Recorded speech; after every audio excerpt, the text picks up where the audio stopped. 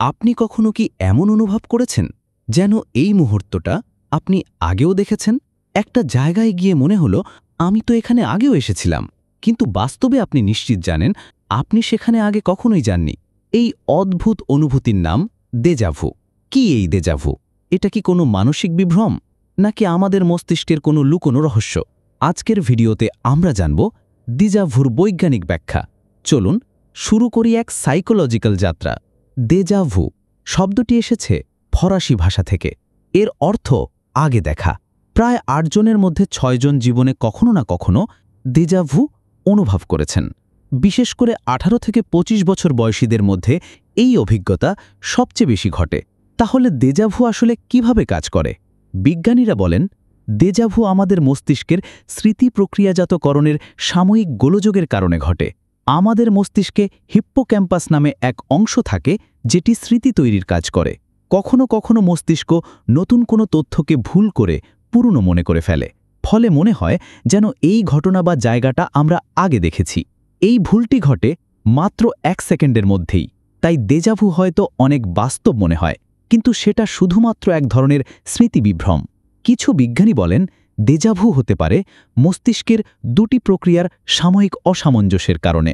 আমাদের চোখ থেকে পাওয়া তথ্য মস্তিষ্কে পৌঁছাতে আধা সেকেন্ডের মতো সময় নেয়। কখনো কখনো এক চোখ অন্য চোখের চেয়ে একটু আগে তথ্য পাঠিয়ে দেয়। এই সময়ের পার্থক্য মস্তিষ্কে ডাবল এক্সপোজার অনুভব করায়, যার ফলে আমাদের মনে হয় আমরা এই মুহূর্তটা আগেই দেখেছি।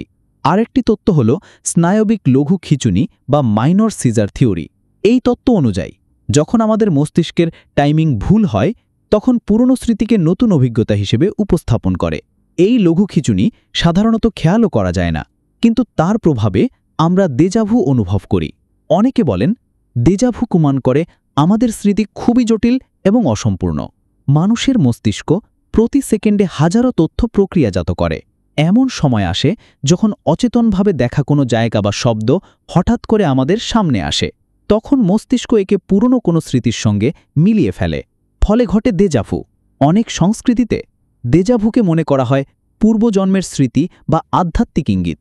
তবে এখনও পর্যন্ত এই মতামতের বৈজ্ঞানিক ভিত্তি নেই। বিজ্ঞান আজও পুরোপুরি বুঝতে পারেনি কেন এবং কিভাবে দেজাভু ঘটে।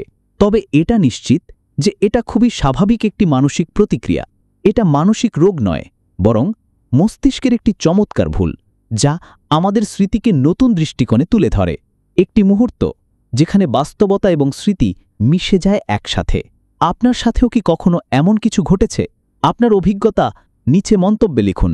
ধন্যবাদ ভিডিওটি দেখার জন্য। আরও এমন মনোমুগ্ধকর বিজ্ঞানভিত্তিক ভিডিও পেতে আমাদের চ্যানেলটি সাবস্ক্রাইব করুন। আবার দেখা হবে পরবর্তী রহস্যে।